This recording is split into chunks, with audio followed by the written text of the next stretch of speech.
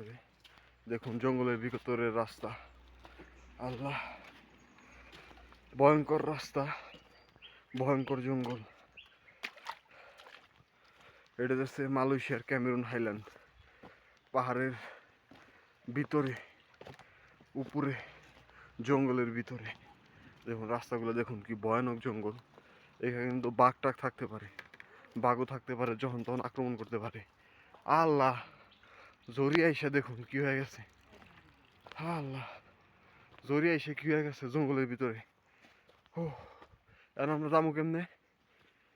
হ্যাঁ আল্লাহ কি অবস্থা দেখুন জঙ্গলের ভিতরে।